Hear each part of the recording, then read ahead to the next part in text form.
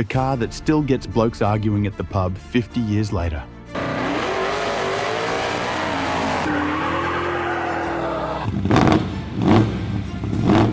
The name alone sends shivers down the spine of Aussie car fans.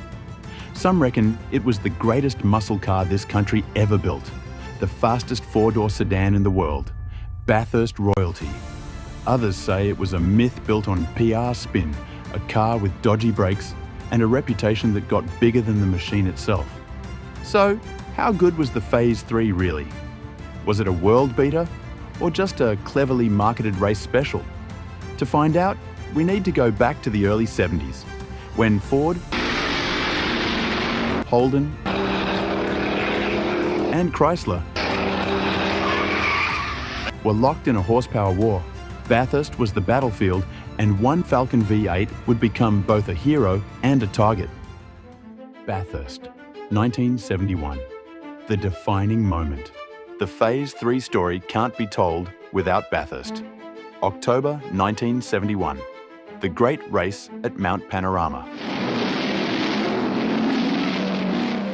Alan Moffat lines up in his Phase 3. Around him, the field is stacked. Holden Monaros, Chrysler Chargers, and privateers in all sorts of machinery. By the end of the race, Moffat was more than a lap clear. Moffat's nearest opponent is over a lap behind. A solo drive, no co-driver swap in brutal heat.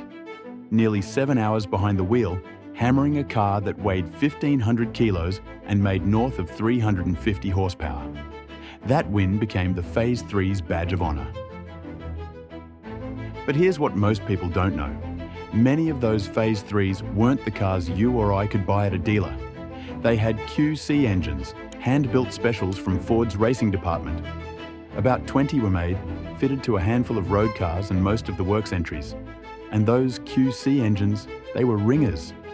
Blueprinted to perfection, higher compression, balanced internals. That's why 7 of the top 10 cars at Bathurst that year had them. So yes, the Phase 3 won Bathurst.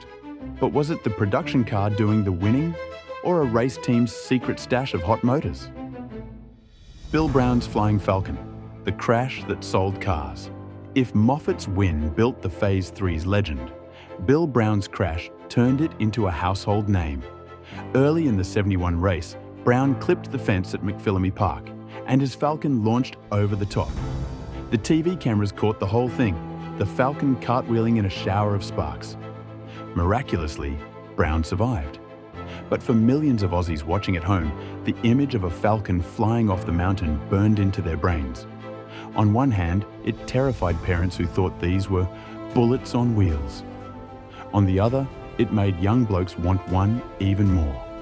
It was danger, speed, and outlaw spirit, all wrapped up in a 4-door family car. Fastest 4-door in the world. Or was it? One of the most famous claims about the Phase 3 is that it was the fastest 4-door sedan in the world. Wheels magazine tested it at 141.5 miles per hour. That's 228 kilometers per hour in 1971. Outrageous for a car with carburetors and leaf springs. But here's the twist. American Dodge Polara police interceptors were clocked at nearly 150 miles per hour around the same time. And that iconic Phase 3 speedo photo from the Hume Highway, the one showing the car nudging 145 miles per hour?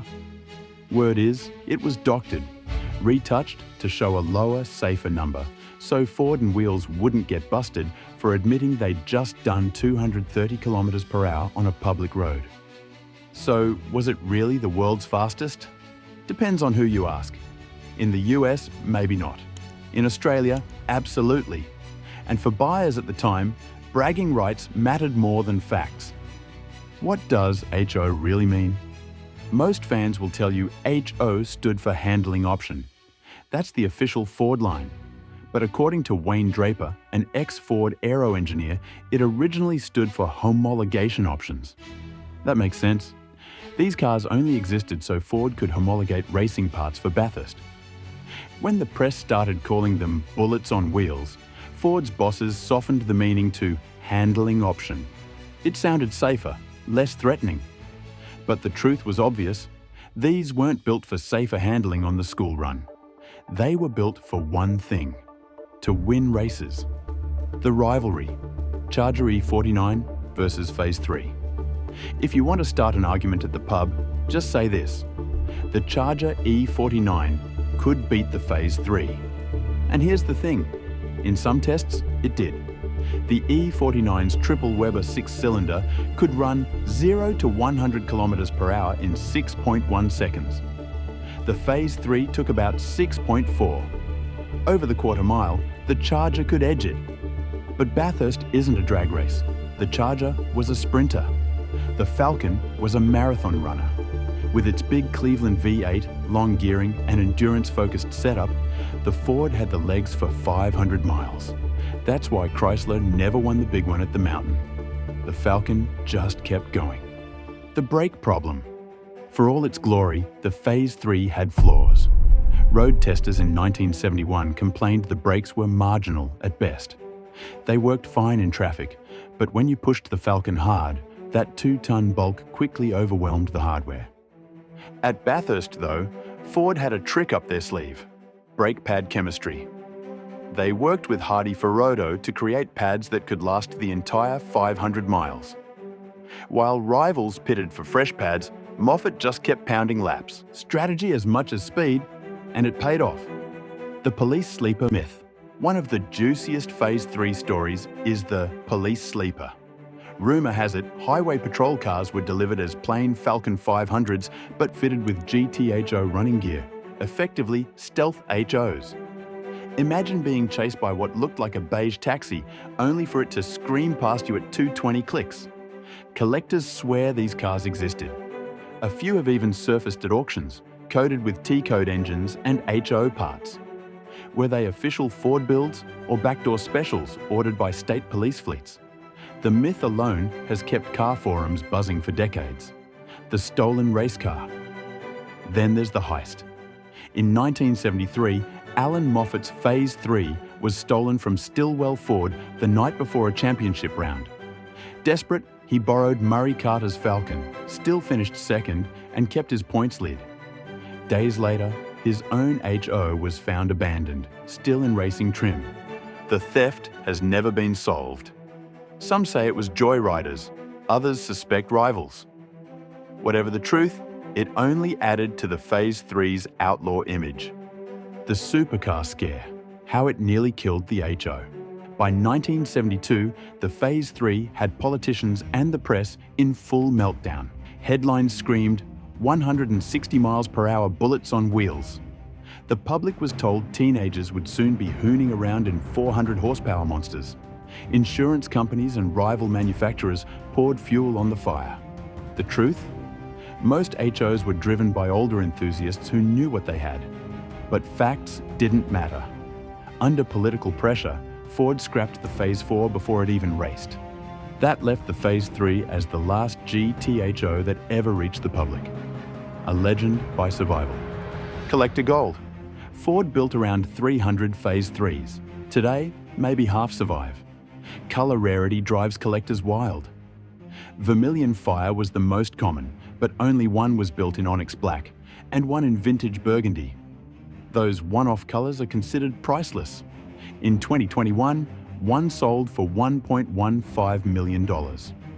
Auction houses have been accused of dodgy hype, and rebodies muddy the waters, but the market doesn't care. To collectors, the Phase 3 isn't just a car. It's a ticket into Australian motoring mythology. The legacy. How good was it really? So after all that, how good was the Falcon GTHO Phase 3 really? It had flaws. The brakes were marginal. The fastest four-door claim was shaky. Its Bathurst dominance owed a lot to hand-built QC specials. But here's the truth. No other Aussie car combined speed, stamina, and scandal like the Phase 3. It won Bathurst, scared politicians, inspired rivals, and became the million-dollar unicorn of collectors. It wasn't just good, it was great. And 50 years later, people are still arguing about it, which might be the best proof of all.